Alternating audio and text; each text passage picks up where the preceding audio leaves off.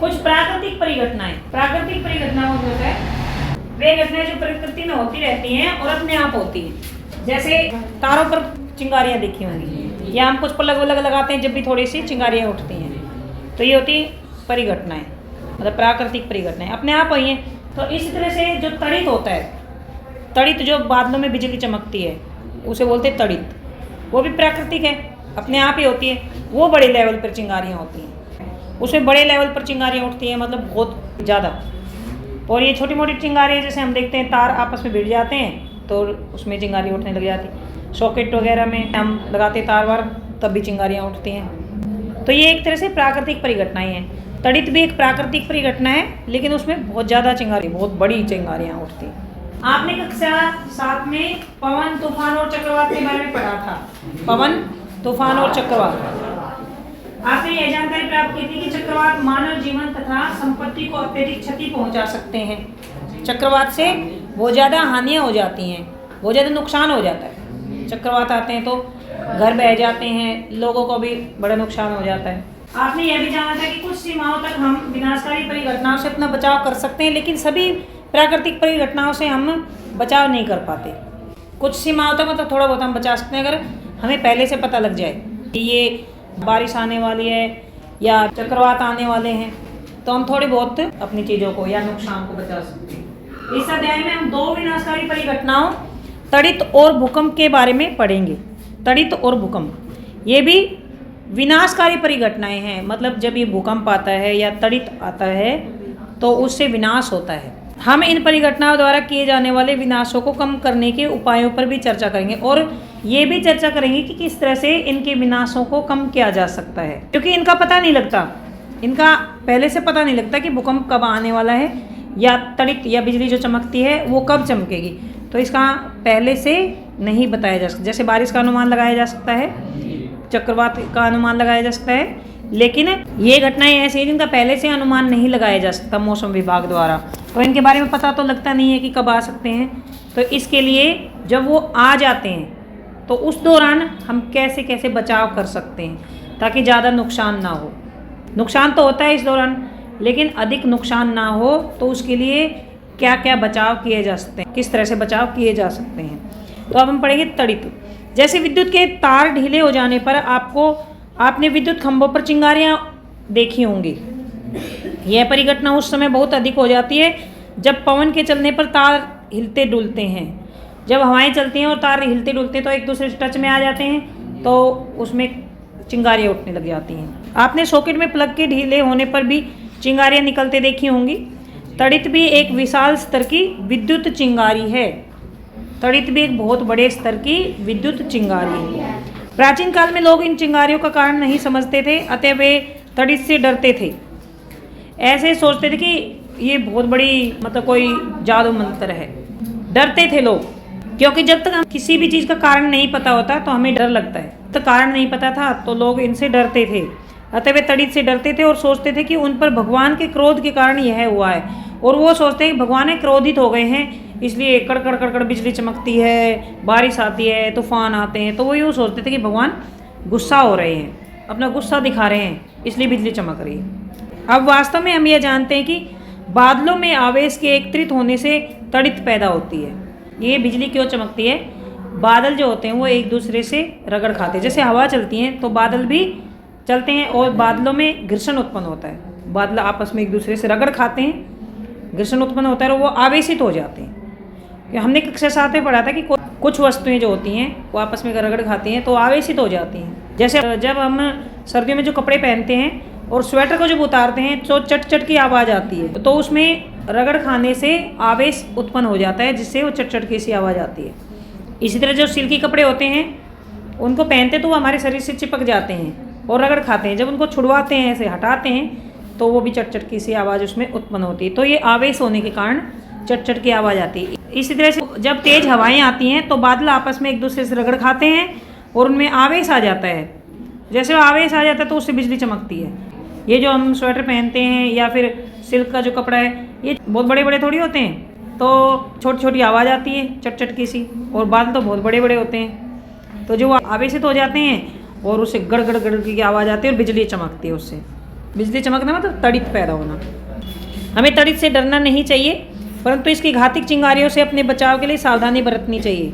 तड़ित को अंधविश्वास नहीं मानना चाहिए कि भगवान क्रोधित हो गए हैं या किसी ने कुछ करवा दिया है, उसने उस पर कुछ करवा दिया था इसलिए बिजली गिर गई है, ऐसे नहीं मानना चाहिए। ये एक प्राकृतिक परिघटना मतलब अपने आप होने वाली परिघटना है जो प्रकृति में होती है, लेकिन जब ये होती है तो इसकी चिंगारियों से बचना चाहिए क्योंकि ये बड़ी खतरनाक होती हैं।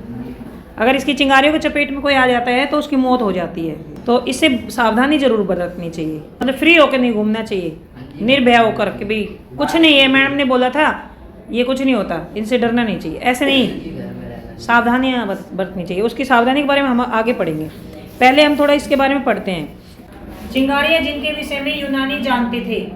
600 ईस्वी पूर्व से पहले प्राचीन यूनानी यह जानते थे कि जब एम्बर को फर से रगड़ते हैं, एम्बर मतलब एक प्रकार की रोड होती है, उसको फर से रगड़ते हैं तो यह बालों जैसी हल्की वस्तुओं को आकर्षित कर लेता है।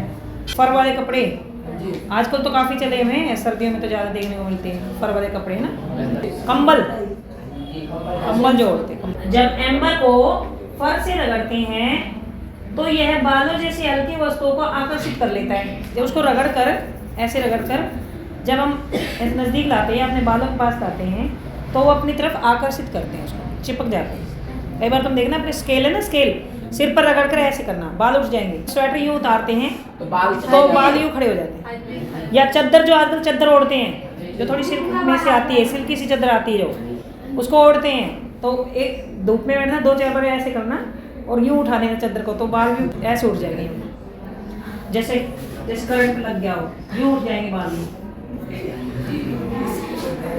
सारे नहीं उठेंगे, कुछ जो उसके टच में आएंगे, जो उससे रगड़ में आएंगे वो उठेंगे। ऐसे नहीं हम जैसे यहाँ से लेके यहाँ सारे वाले ऐसे नहीं, ठीक है। तुम्हारे हेयर स्टाइल अपने आप ही बन जाएगा उससे। सूखे बाल रहेंगे ना, यूँ खड़े तो करते तुम, ऐसे खड़े हो जाएंगे। टोपी भी उतारोगे, कैप पहनने की, मान लो इसको उतारते तो खड़े हो जाते हैं। सूखे बाल, सूखे में घर्षण ज़्यादा होता है। हमने क्या पढ़ा था घर्षण बल में, घर्षण पाठ में पढ़ा था कि सूखे में ज़्यादा घर्षण होता है। जिसमें लुब्रिकेंट लगे होते हैं, चिकनाई लगी होती है, उसमें घर्षण कम हो जाता है। तो सूखे बालों में घर्षण ज़्यादा होता है। जब सहज सूखे बाल होते हैं, कैप पहनते हैं, उनको उतारते हैं तो चट चट की आवाज़ आती है और खड़े हो जाते हैं बाल। तो जब एम्बर को फर से रगड़ते हैं तो ये बालों जैसी हल्की चीज़ों को, रोएदार चीज़ों को, फर वाली चीज़ों को आकर्षित करती है अपने तरफ। आपने यह देखा होगा कि जब आप ऊनी अथवा पॉलिस्टर के वस्त्रों को उतारते हैं, जो मैंने भी बताया था, तो आपके बाल खड़े हो जाते हैं। यदि आप अंधेरे में इन वस्त्रों को उतारेंगे तो आपको छोटी छोटी चिंगारियां देखने को मिलेंगी।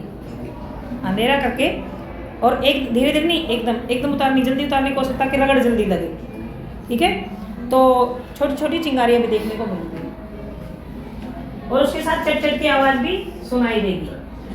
सन 1752 में अमेरिकी वैज्ञानिक बेंजामिन फ्रैंकलिन ने यह दर्शाया कि तड़ित तथा आपके वस्त्रों में उत्पन्न चिंगारी वास्तव में एक परिघटना ही है, कोई जादू मंत्र नहीं है, अपने आप होने वाली परिघटना है।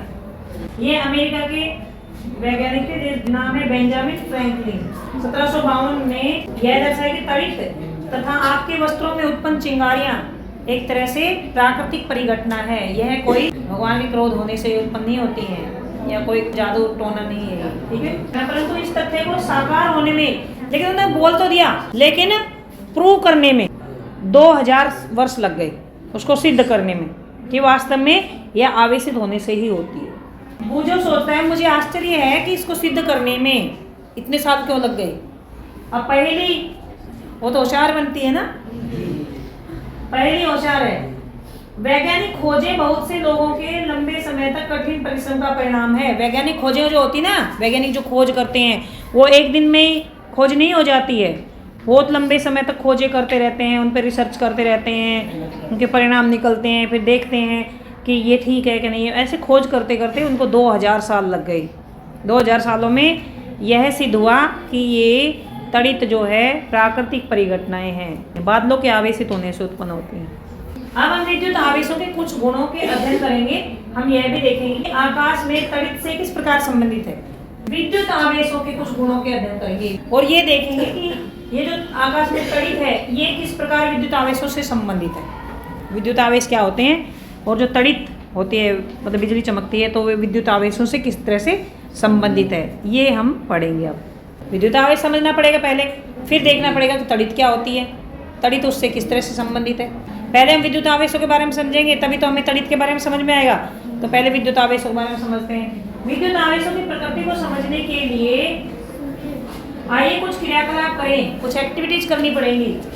परंतु पहले उस खेल को याद कीजिए जिसे आपने कभी खेला होगा। आप प्लास्टिक के पैमाने को अपने सूखे बालों पर रगड़ते हैं और कागज के छोटे छोटे टुकड़े कर लेते हैं, उनसे उनके पास लाते हैं उस पैमाने को, स्केल को, तो वो कागज के टुकड़े चिपक जाते हैं। एक प्लास्टिक का स्केल लेना है, उसको अपने सूखे बालों से रगड़ना है और छोटे छोटे कागज के टुकड़े बिल्कुल छोटे कर लेना। उसको अगर यूँ लाएंगे, टच करेंगे तो वो उससे चिपक जाएंगे। रगड़ द्वारा आवेशन मतलब इस चीज़ को दूसरी चीज़ से रगड़ते हैं तो उसमें आवेश उत्पन्न हो जाता है। जैसे बॉल पेन की खाली रिफिल लीजिए, बॉल पेन होता है उसकी खाली रिफिल निकालो, इसे तेजी से किसी पॉलिथीन के टुकड़े से रगड़कर इसे कागज के छोटे छोटे टुकड़ों के समीप लाएंगे तो कागज के छोटे छोटे टुकड़े उस पर चिपक जाएंगे। इतनी सावधानी रखिए कि रिफिल का रगड़ा गया सिरा आपके हाथों या किसी धातु से ना छुए। जैसे ये हमने रिफिल लिया, जैसे ये रिफिल है तो हम इधर से पकड़ते हैं, इधर से इस वाले हिस्से को एक पॉलिथीन से रगड़ेंगे, ये एक पॉलिथीन, इसको इन दोनों को रगड़ेंगे, इसको पॉलिथीन, ठीक है। तो इसको है ना रगड़ने के बाद इसको टच नहीं करना, इस वाले एंड को, इस वाले सिरे को टच नहीं करना, बिना टच किए यहीं से पकड़े रखना है, हमें यहीं से पकड़े रखना है और उनको रगड़कर और फिर कागजों को यूं करेंगे। तो आपको छोटी छोटी सूखी पत्तियों या भूसे या सरसों के दाने के पास लाएंगे तो वो चिपक जाएंगे। जब प्लास्टिक की रिफिल को पॉलिथीन के साथ रगड़ते हैं तो यह कुछ विद्युत आवेश अर्जित कर लेता है। अब देखो ये क्यों हुआ है, इसका कारण बताया। जब प्लास्टिक की रिफिल को पॉलिथीन के साथ रगड़ते हैं तो यह कुछ विद्युत आवेश अर्जित कर लेता है, इसमें कुछ आवेश आ जाता है रिफिल में। इसी प्रकार जब प्लास्टिक की कंघी को सूखे बालों से रगड़ते हैं तो यह भी कुछ विद्युत आवेश अर्जित कर लेती है। कंघी को सूखे बालों में अगर रगड़ते हैं या रिफिल को पॉलिथीन से रगड़ते हैं तो उनमें कुछ आवेश आ जाता है। इन वस्तुओं को आवेशित वस्तुएं कहते हैं। आवेशित वस्तु किन्हें कहते हैं?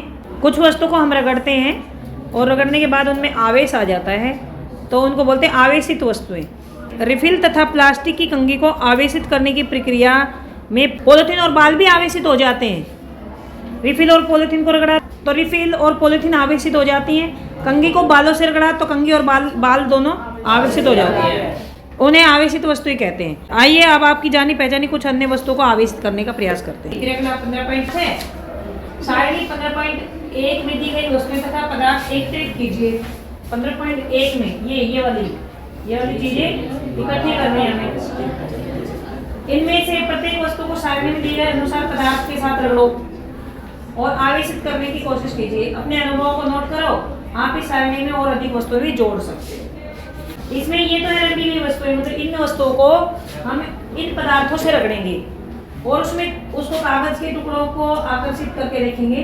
कागज के टुकड़े आकर्षित होते हैं या नहीं, मतलब उससे चिपक जाते हैं या नहीं चिपकते। ये यहाँ पर देखेंगे, अगर ये चिपक जाते हैं, अगर हाँ होगा तो यहाँ पर ये आवेशित है और नहीं होगा तो नहीं। तो अभी तो हमने चेक नहीं किया है तो इसलिए हम अभी हाँ नहीं लिखते हैं। देखो, रिफिल को पॉलिथीन या ऊनी वस्त्र से रगड़ेंगे तो वो आवेशित हो जाती है, उसे फिर कागज से चिपका कर देखेंगे, चिपक जाएगी। ये सारी चीजें करना है। आवेश जो होते हैं ना वो उसके भी प्रकार होते हैं, आवेशों के प्रकार और इनके अन्वयन के लिए। हमें 2 गुब्बारे लेंगे और ऐसे बांध देंगे उनको। ये बांध दिया है, धागे से ऐसे बांध देंगे, ऐसे लटका देंगे कि एक दूसरे से टच ना करें, थोड़ी दूर दूर रहे। दोनों गुब्बारों को किसी ऊने कपड़े से रगड़ेंगे, रगड़ कर उनको छोड़ देंगे। ये हमने 2 गुब्बारे लिए हैं, ये धागों से ऐसे बांध दिए हैं, यहाँ पर ये बांध कर लटका दिए हैं और इनको थोड़ी दूर दूर लटकाना है। जब इन दोनों को फिर किसी ऊन से रगड़ेंगे, ऊनी कपड़े से।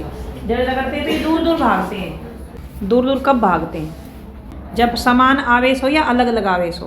भाई समान आवेश, एक जैसे आवेश कभी भी आकर्षित नहीं करते, और एक आवेश अलग और दूसरा आवेश अलग हो तब वो चिपकते हैं। मतलब अलग अलग आवेश एक दूसरे को आकर्षित करते हैं, समान आवेश एक दूसरे को प्रतिकर्षित करते हैं। अगर आवेश अलग अलग होंगे तो एक दूसरे को आकर्षित करेंगे। अगर आवेश एक जैसे होंगे तो एक दूसरे को प्रतिकर्षित करेंगे। तो यहाँ पर ये गुब्बारे एक दूसरे को दूर भगाते हैं, तो इसका मतलब इनके ऊपर, दोनों के ऊपर एक जैसा आवेश है, समान आवेश, तभी तो दूर भगाए इन्होंने। तो इन दोनों के ऊपर समान आवेश है। समान आवेश एक दूसरे को प्रतिकर्षित करते हैं। आइए अब हम इस क्रियाकलाप को पेन के बेकार रिफिलों के साथ दोहराएं। पेन के बेकार रिफिल ले लेंगे। यहाँ पर हमने 2 रिफिल ले लिए हैं और रिफिल को एक पॉलीथीन से रगड़िए। एक रिफिल को एक पॉलीथीन से रगड़ना है। एक अंदर रखो और एक यहाँ पर हाथ में ले लो, और जो हाथ में लिया है उस रिफिल को रगड़ दो किसी पॉलीथीन से। जो हाथ में है ना उसको पॉलीथीन से रगड़ दो, और पॉलीथीन से रगड़ने के बाद इस दूसरे रिफिल को अगर टच करेंगे, एक रिफिल को रगड़ दिया और एक को नहीं रगड़ा, वो आकर्षित करेंगे एक दूसरे को। एक तो चार्ज हो गया, जैसे कागज को हमने चिपकाया तो कागज चिपक गया उससे, है ना, तो एक रिफिल आवेशित हो गया है। अगर दोनों रिफिल को आवेशित करके तब हम दोनों रिफिल को एक साथ पॉलीथीन से रगड़ लें और एक को फिर इसके अंदर रख दें और एक को हम हाथ में ले लें, तो फिर दूर भागेंगे क्योंकि दोनों पर सेम आवेश आ गया है। सेम ही चीज से रगड़े हमने वो, तो सेम आवेश आ गया। तो समान आवेशों के बीच में एनोन क्रिया, मतलब समान आवेश जो होते हैं वो एक दूसरे से दूर भागते हैं। यहाँ पर जैसे प्रतिकर्षित किया, यहाँ पर भी प्रतिकर्षित करेंगे समान आवेश। अब इसके बाद इसे आवेशित रिफिल के नजदीक लाइए। सावधान रहिए, रिफिल का आवेशित सिरा हाथों से न छुए। क्या गिलास में रखे रिफिल पर कोई प्रभाव पड़ता है? क्या ये दोनों रिफिल एक दूसरे को आकर्षित करते हैं या प्रतिकर्षित? आप बताओ। आकर्षित करेंगे। देखो 2 रिफिलों को मैं पॉलिथीन पर रगड़ते हैं एक साथ है, और दोनों को अगर चिपका कर देखते हैं तो एक दूसरे चिपकेंगे कि नहीं? नहीं। तो प्रतिकर्षित करते हैं। क्या करते हैं? इस क्रियाकलाप में हम एक ऐसी आवेशित वस्तु को दूसरे आवेश से निकट लाए थे जो उसी पदार्थ से बनी थी। रिफिल दोनों एक सेम पदार्थ से बनी है और सेम ही पदार्थ से रगड़ी हमने, तो सेम आवेश आएगा उन पर। यदि भिन्न पदार्थों से बनी 2 आवेशित वस्तुओं को एक दूसरे के निकट लाए तो क्या होगा? अभी हमने 2 रिफिल लिए जो कि सेम पदार्थ से बनी थी, समान पदार्थ से, और समान पदार्थ से रगड़ी हमने क्योंकि पॉलिथीन से रगड़ी है, तो दोनों पर समान आवेश आ गया। लेकिन जब क्या होगा, जब अलग अलग वस्तुएं होंगी, अलग अलग पदार्थों से बनी वस्तुएं एक ही पदार्थ पर रगड़ेंगे, तब क्या होगा ये देखते हैं। हमें एक रिफिल लेनी है और एक लेना है गुब्बारा। रिफिल को पहले की भांति रगड़ के गिलास में रख दीजिए। इस रिफिल के नजदीक एक फूला हुआ आवेशित गुब्बारा लाइए, उसको भी रगड़ लेते हैं, गुब्बारे को भी पॉलीथीन से ही। फिर उसको उसके नजदीक लाना है, तो विपरीत आवेश एक दूसरे को आकर्षित करते हैं, तो फिर वो एक दूसरे से चिपकेंगे क्योंकि वो अलग अलग पदार्थों से बने हैं। अलग अलग पदार्थ पर अलग अलग आवेश आते हैं, जरूरी नहीं है एक जैसे आवेश आए। गुब्बारा जो है उसको आवेशित किया और रिफिल को आवेशित किया, फिर एक दूसरे को नज़दीक लाते हैं तो वो एक दूसरे को आकर्षित करते हैं क्योंकि उन पर विपरीत आवेश आ जाते हैं, अलग अलग आवेश आ जाते हैं। अब हमने इतना सारा पढ़ा है, उसका रिजल्ट देखते क्या निकला है। इसका रिजल्ट निकला है, आइए परीक्षणों का सारांश करें जो हमने क्रियाकलाप करके देखे हैं, उनका क्या रिजल्ट निकला है। एक आवेशित गुब्बारे ने दूसरे आवेशित गुब्बारे को प्रतिकर्षित किया। जब दोनों आवेशित गुब्बारे अगर एक पॉलिथीन पर रगड़ेंगे, एक साथ लाएंगे, तो वो एक दूसरे से दूर हटेंगे। शुरू में पढ़ा, पहला तो ये है। दूसरा, एक आवेशित रिफिल ने दूसरे आवेशित रिफिल को प्रतिकर्षित किया। तीसरा है, परंतु एक आवेशित गुब्बारे ने एक आवेशित रिफिल को आकर्षित किया। गुब्बारे और रिफिल ने एक दूसरे को आकर्षित किया। अब इससे क्या निष्कर्ष निकलता है? क्या यह इंगित करता है कि गुब्बारे पर आवेश रिफिल के आवेश से भिन्न प्रकार का है? जब आकर्षित किया इसका मतलब उनके ऊपर अलग अलग आवेश है, अलग अलग आवेश ही आकर्षित करते हैं। तो इससे ये रिजल्ट निकलता है कि गुब्बारे और रिफिल पर अलग अलग आवेश हैं। क्या फिर हम यह कह सकते हैं कि आवेश 2 प्रकार के होते हैं? तो इससे रिजल्ट निकलता है कि आवेश 2 प्रकार के होते हैं। 2 प्रकार के कौन कौन से आवेश होते हैं? एक धनावेश होता है, एक ऋण आवेश होता है। तो एक तो ये रिजल्ट निकलता है कि आवेश 2 प्रकार के होते हैं। एक ये रिजल्ट निकलता है कि समान आवेश वाली वस्तुएं एक दूसरे को प्रतिकर्षित करती हैं। एक रिजल्ट निकलता है कि अलग अलग आवेश वाली वस्तुएं एक दूसरे को आकर्षित करती हैं। और उसके बाद क्या हम यह भी कह सकते हैं कि सजातीय मीन्स एक ही प्रकार के आवेश एक दूसरे को प्रतिकर्षित करते हैं, जबकि विजातीय आवेश एक दूसरे को आकर्षित कर सकते हैं। ये तो मैंने पहले बता दी तुम्हें, ठीक है। अब ये मान्यता के अनुसार मान्यता के अनुसार ध्यान में ये याद रखना है तुम्हें जो मैं अभी बता रही हूँ कि किस पर कौन सा आवेश है। अभी हमें ये नहीं पता गुब्बारे पर कौन सा आवेश आया था या रिफिल पर कौन सा है ना, यहाँ पर याद रखना है। मान्यता के अनुसार रेशम से रगड़ने पर कांच की छड़ द्वारा अर्जित आवेश को धनावेश कहते हैं। तो कांच की छड़ को रेशम से रगड़ा जाए तो उस पर धनावेश आता है। अन्य प्रकार के आवेश को ऋणावेश कहते हैं। एक धनावेश होता है, एक ऋणावेश। देखो यह देखा गया है कि जब आवेशित कांच की छड़ को पॉलीथीन से रगड़े गए आवेशित प्लास्टिक स्ट्रॉ के निकट लाते तो दोनों के बीच आकर्षण होता है। एक तो स्ट्रॉ जिसको पॉलीथीन से रगड़ा है, एक कांच की छड़ को आवेशित किया है जिसको रेशम के कपड़े से रगड़ा है।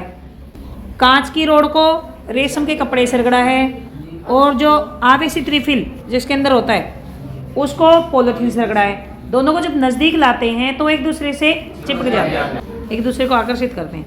तो बताओ रिफिल के ऊपर कौन सा आवेश होगा? क्योंकि ये तो पहले से मान्य है, ये तो माना गया है, लिख रखा है इस बुक में कि ये मान्यता के अनुसार, मतलब ये तो कन्फर्म है कि जब कांच की छड़ को रेशम से रगड़ा जाता है तो उस पर धनावेश होता है, और अगर रिफिल को पॉलीथीन से रगड़कर उसके पास लाया जाता है तो एक दूसरे से चिपक जाते हैं। इसका मतलब रिफिल पर दूसरा आवेश है, यानी ऋण आवेश है। आपके विचार से प्लास्टिक स्ट्रॉ पर किस प्रकार का आवेश होना चाहिए? इस पर ऋण आवेश होना चाहिए। आपका यह अनुमान है कि प्लास्टिक स्ट्रॉ पर ऋण आवेश होना चाहिए, सही है। रगड़ने पर उत्पन्न विद्युत आवेश स्थैतिक होते हैं, वे स्वयं गति नहीं करते। जब हम किसी वस्तु को रगड़ते हैं तो उनमें आवेश उत्पन्न होता है और आवेश जो होते हैं वो स्थैतिक होते हैं। स्थैतिक मतलब वे स्वयं गति नहीं करते। मान लो ये एक स्ट्रॉ है, इसके इस वाले सिरे को हमने आवेशित किया है, तो देखो ये वाला आवेश यहाँ से यहाँ तक ऐसे चलता नहीं आएगा, ऐसे नहीं चलेगा दूसरे एंड तक। वो स्थैतिक होते हैं। स्थैतिक मतलब वे गति नहीं करते, ये स्वयं गति नहीं करते। जब आवेश गति करते हैं तो विद्युत धारा बनती है। जब तारों में विद्युत धारा जो होती है, वो जो आवेश होता है वो गति करते हैं, बट ये गति नहीं करते हैं, ये स्थैतिक होते हैं। मतलब मैंने अभी तुम्हें ये समझाने की कोशिश करी है, अगर ये एक रिफिल है, यहाँ अगर इस वाले सिरे को हम रगड़ते हैं और इस वाले को हम पकड़े रहते हैं, इस वाले सिरे को, तो ये वाला ये यहाँ पर आवेश जो आया है वो आवेश यहाँ तक नहीं आएगा, ऐसे गति करकर नहीं आएगा, क्योंकि ये स्थैतिक होते हैं, गतिज नहीं होते हैं। रगड़ने पर उत्पन्न विद्युत आवेश स्थैतिक होते हैं, वे स्वयं गति नहीं करते हैं। जब आवेश गति करते हैं तो विद्युत धारा बनती है, तो बिजली बनती है, तो फिर करंट आ जाएगा। आप कक्षा 6 से ही विद्युत धारा के विषय में अध्ययन कर चुके हैं। परिपथ में प्रवाहित होने वाली वह विद्युत धारा जिससे बल्ब चमकता है या तार गर्म होता है, वो कुछ नहीं, वो आवेशों का प्रवाह है। जब आवेश प्रवाह करते हैं, गति करते हैं, तो विद्युत धारा बनती है। ये नहीं है मेरा सब्जेक्ट है साइंस। साइंस तो बहुत ही ज़्यादा इंटरेस्टिंग है, किसी भी सब्जेक्ट को ले लो, अगर तुम इंटरेस्ट लेके पढ़ोगे ना तो वो सब्जेक्ट तुम्हें अच्छा लगने लग जाएगा। हिंदी भी बहुत अच्छा है, कितने अच्छे अच्छे शब्द सीखने को मिलते हैं। इंग्लिश भी कितना अच्छा है, इंग्लिश पढ़ोगे तुम्हारे अंदर कॉन्फिडेंस आएगा।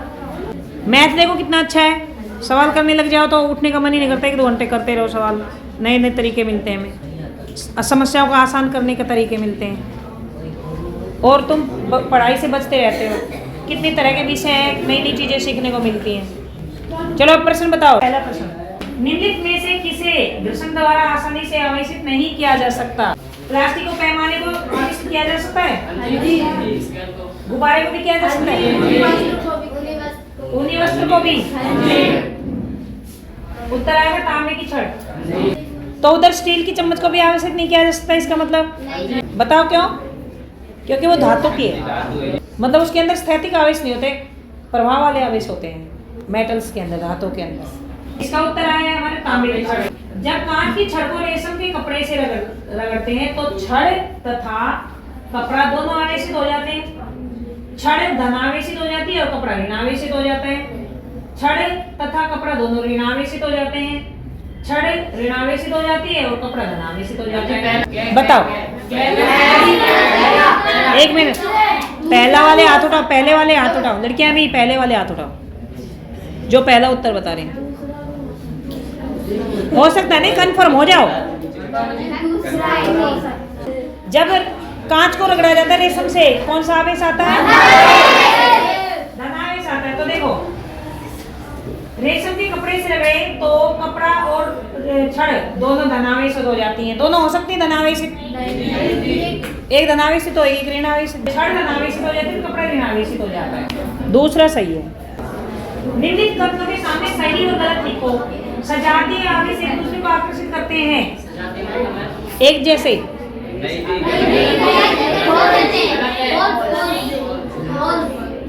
एक दूसरे को प्रतिकर्षित करते हैं। आवेशित कांच की छड़ आवेशित प्लास्टिक की स्ट्रॉ को आकर्षित करती है। सही है? क्योंकि दोनों में